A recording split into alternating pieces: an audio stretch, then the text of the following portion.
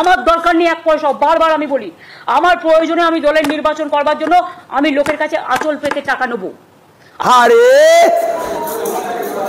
ভিক্ষাশ্রী মুখ্যমন্ত্রী, ভিক্ষাশ্রী মুখ্যমন্ত্রী, এমন মুখ্যমন্ত্রী উনি কবিতা লেখেন এপাং ওপাং ধপাং, আবার ছবি আঁকে, যে ছবি কোটি টাকায় বিক্রি হয় সেই যে কেনে সে আবার জেলে যায়। মমতা ব্যানার্জির আমলে তৃণমূলের চালানা থেকে 1 টাকা যারাই দুর্নীতি করছে সে পুলিশ থেকে আরম্ভ করে সবাই, তাই দায় তুমি এড়িয়ে যেতে পারবে না। নক করে মুখ্যমন্ত্রী, তোমার কিন্তু পালানোর রাস্তা বন্ধ। হাসিনা বুবু তো বাংলাদেশ থেকে পালিয়ে এসে তবু তো মোদির কাছে আশ্রয় পেয়েছে, তুমি কোথায় পালাবে? হ্যাঁ, চোরের মায়ের বড় গলা। আমাদের মুখ্যমন্ত্রী এই মমতা ব্যানার্জি একই মুখে কত রকম কথা বলে। উনি 1 পয়সায় নেয় না, উনি 1 পয়সায় নেয় না, আর অন্য কেউ নিলে ছাড়বে কেন? বলছে যে আমি 1 পয়সা নিয়ে অন্য কেউ নিলে আমি তাকে ছাড় দেবো কেন, আইনে তার ব্যবস্থা নেওয়া হবে, এই বলতে পারে। আহারে, সততার প্রতীক উঠে গেল, লেখা হয় না, উঠে গেল, আর লেখা হয় না।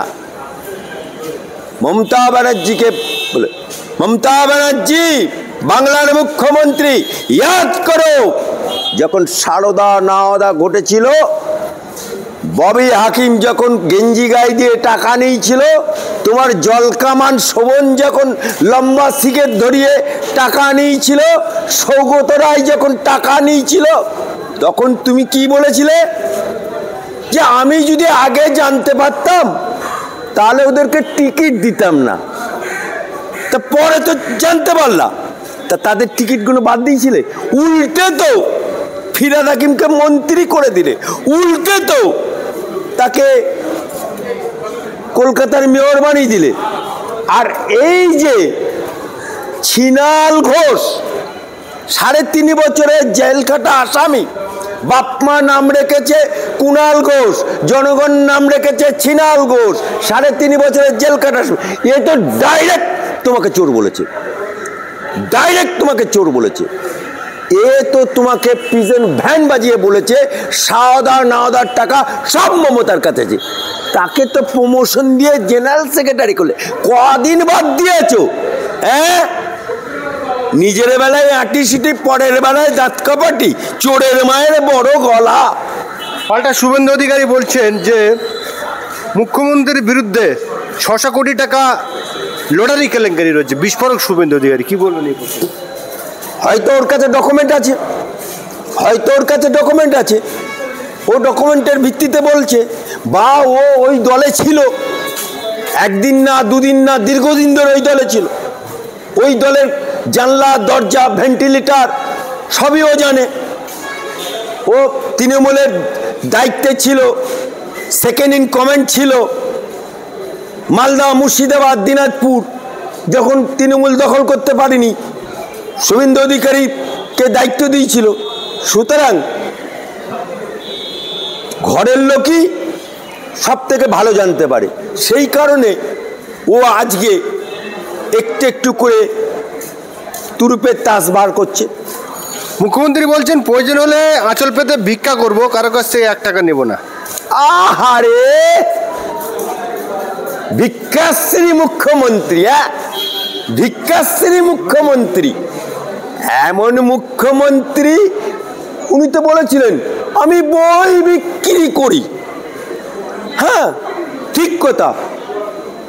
উনি কবিতা লেখেন এপাং ওপাং ধপাং, আবার ছবি আঁকে, যে ছবি কোটি টাকায় বিক্রি হয় সেই যে কেনে সে আবার জেলে যায়। আর আঁকড়া বলছে ভারতবর্ষের বুকে একটা আঞ্চলিক দল কত কোটি টাকার মালিক। শুধুমাত্র শাহজাহানের বাড়ি থেকে কত টাকা পেয়ে গেছে, শুধুমাত্র অপার বাড়ি থেকে কত টাকা পাওয়া গেছে। ওরা কি ছিল? ওরা কি ছিল? ওরা তৃণমূলের ছিল না? রাকিব তৃণমূলের ছিল না? হ্যাঁ, বালু তৃণমূলের লোক না? অর্থাৎ ফিরহাদ হাকিম একটা অনেকদিন আগে কথা বলেছিল যে একটা মন্ত্রীর যদি জেলে যায় বা তার বিরুদ্ধে দুর্নীতি হয় তাহলে সেটা কালেকটিভ রেসপন্সিবিলিটি। অর্থাৎ মমতা ব্যানার্জির আমলে তৃণমূলের চালানা থেকে 1 টাকা যারাই দুর্নীতি করছে, সে পুলিশ থেকে আরম্ভ করে সবাই, তাই দায় তুমি এড়িয়ে যেতে পারবে না। নক করে মুখ্যমন্ত্রী, তোমার কিন্তু পালানোর রাস্তা বন্ধ। হাসিনা বুবু তো বাংলাদেশ থেকে পালিয়ে এসে তবু তো মোদির কাছে আশ্রয় পেয়েছে, তুমি কোথায় পালাবে? হ্যাঁ, চোরের মায়ের বড় গলা। নিচু লেভেলের কিছু পুলিশ টাকা খেয়ে বালি, কয়লা, সিমেন্ট চুরিতে সাহায্য করেছে, মমতা বন্দ্যোপাধ্যায় বলছে নিশানায় পুলিশ, নিচু লেভেলের পুলিশ। হ্যাঁ, নিচু মহলের পুলিশ তো দায়ী হবে। কিন্তু পুলিশ মন্ত্রী, তা পুলিশ মন্ত্রী কে? পুলিশ মন্ত্রীটা কে? উনি তো ছেলে দোষ করলে এই অমুকের ছেলে চুরি করেছে, তা তোমারই তো সব আন্ডা বাচ্চা। হ্যাঁ, ভোটের সময় তো তুমি বলো কে দাঁড়িয়েছে, এমএলএ দাঁড়িয়েছে, কে দাঁড়িয়েছে কারুর দেখার দরকার নেই, আমি মমতা ব্যানার্জি এই 200 কতগুলো বিধানসভা আমি প্রার্থী।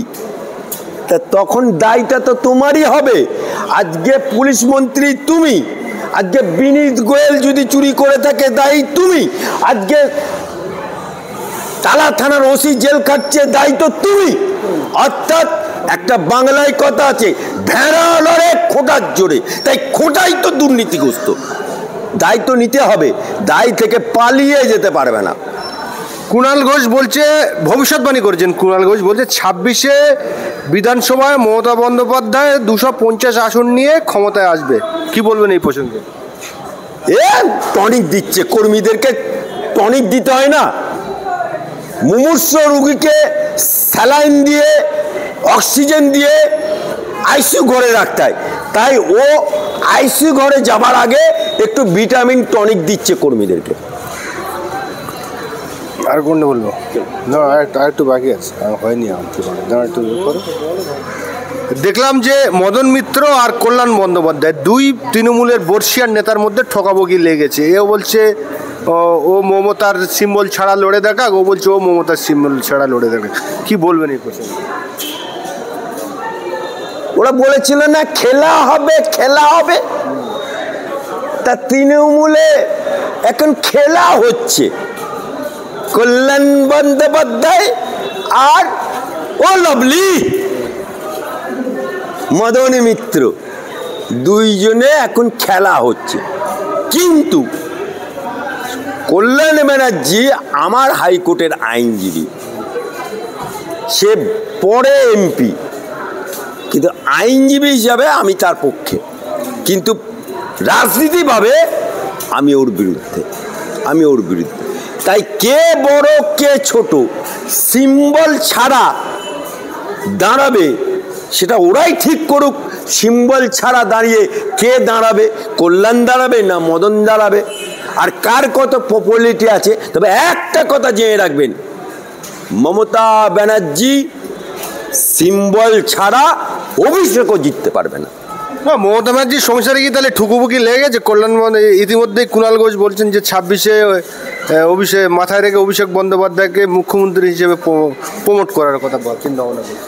আরে অভিষেক এলো কবে বলুন দেখিনি দলে? যখন মমতা ব্যানার্জি 21শে জুলাই করেছিল তখন অভিষেক ব্যানার্জি ছিল নো। যখন মমতা ব্যানার্জি নন্দীগ্রাম আন্দোলন করেছিল তখন ছিল নো। যখন সিঙ্গুর আন্দোলন করেছিল অভিষেক ব্যানার্জি ছিল না। তাহলে এলো কখন? দিল্লিতে বলে নাকি MBA পড়তে গেছে, আজ পর্যন্ত MBA ডিগ্রিটা দেখাতে পারেনি। সেখান থেকে নিয়ে এসে সোমেন মিত্র ডায়মন্ড হারবার কেন্দ্রটা ছেড়ে দেওয়ার পরে ওই কেন্দ্রে দাঁড়িয়ে পিসিমণির দয়ায় জিতে গেল। আরে জিতে দেখছি তো বিশাল মধুরারি, মধু চাটতে চাটতে চাটতে সারা বাংলায় সবাইকে মধু চাটিয়ে দিল। তাই মধু চাটা লোকেরা এখন অভিষেকের বিরুদ্ধে, আর যারা মধু পায়নি তারা হচ্ছে মমতার পক্ষে।